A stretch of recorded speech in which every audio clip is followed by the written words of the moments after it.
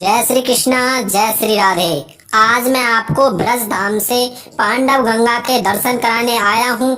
मैं आपको बता दूं, ब्रज 84 कोस में 5 गंगाओं का वर्णन है। मानसी गंगा, अलख गंगा, पांडव गंगा, चरण गंगा, गोमती गंगा। तो आज मैं आपको लेकर आया हूँ पांडव गंगा। पांडव गंगा ब्रज की 5 गंगाओं में अपने आप में सबसे गुण व प्रभाव से ऊपर है। यह जो रमणीक स्थल है, एकांत और शांत प्रिय स्थल है। मैं आज आपको पांडव गुफा के भी दर्शन कराऊंगा। यहाँ पर पांडव वनवास के समय में रुक कर गए थे, ठहर कर गए थे। यहाँ पर पांडव का निवास स्थान भी है। मैं आपको पांडव गुफा के भी दर्शन कराऊंगा। अब मैं अंदर आ चुका हूँ। मैं आपको बता दूं, यह जो स्थल है बहुत ही सुंदर है और यहाँ के जो निवासी हैं बताते हैं कि 60 साल पहले पांडव गंगा और भी ज्यादा मनोरम और सुंदर स्थल था। मैं आपको आगे लेकर जाऊंगा और मैं आपको पांडव गंगा के भी दर्शन कराऊंगा और पांडव गुफा के भी मैं आपको दर्शन कराऊंगा। अब मैं आपको यहाँ की कथा के बारे में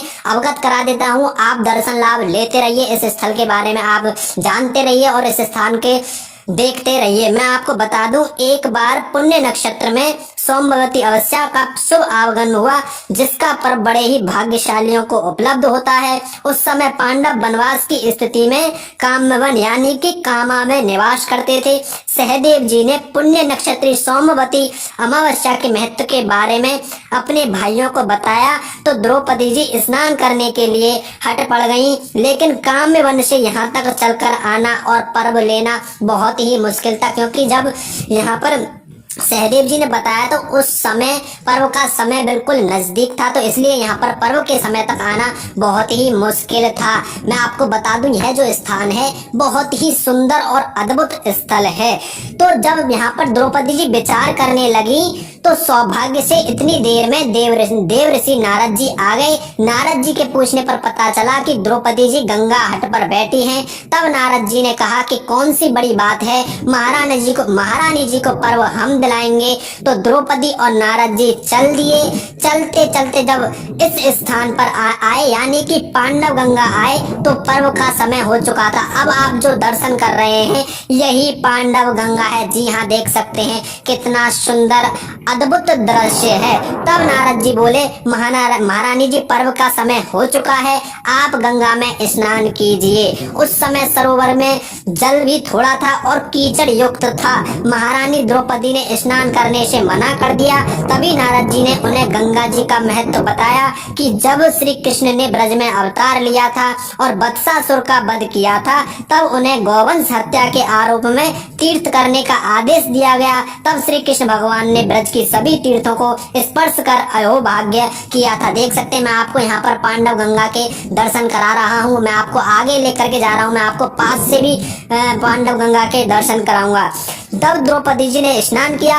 स्नान करने के पश्चात महारानी जी का रूप तेजस्वमान हो गया। जी हाँ, जैसे ही स्नान करके पांडव गंगा में से निकली तो उनका रूप बदल गया, यानी कि उनके रूप पर चमक आ गई, तेजस्वमान हो गया।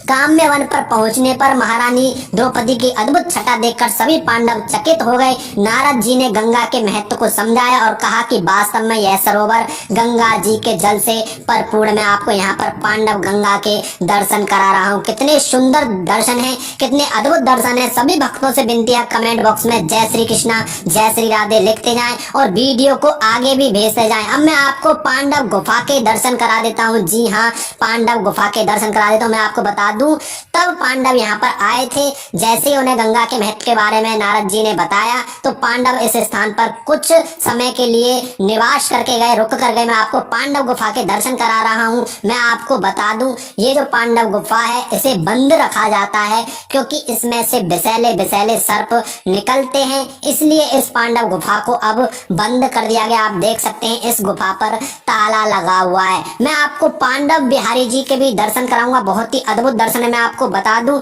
यहाँ की एक और कथा आती है, आप दर्शन लाभ लेते रहिए।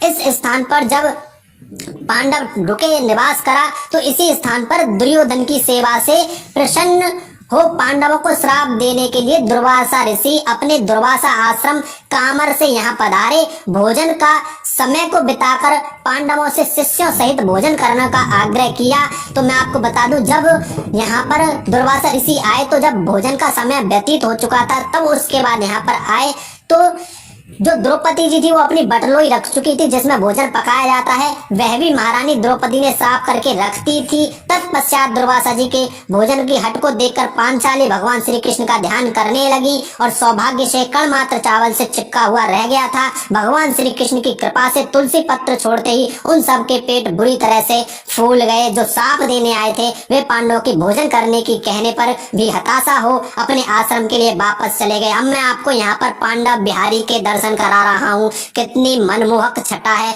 कितने अद्भुत दर्शन है। कमेंट बॉक्स में जय श्री कृष्णा जय श्री राधे लिखना ना भूलें। तभी से इस सरोवर का नाम पांडव गंगा के नाम से प्रसिद्ध है। तो यहाँ की इस प्रकार से दो कथा आती हैं। तो मैंने आपको यहाँ पर दोनों कथा के बारे में, आपको यहाँ पर महत्व के बारे में समझाने की कोशिश की।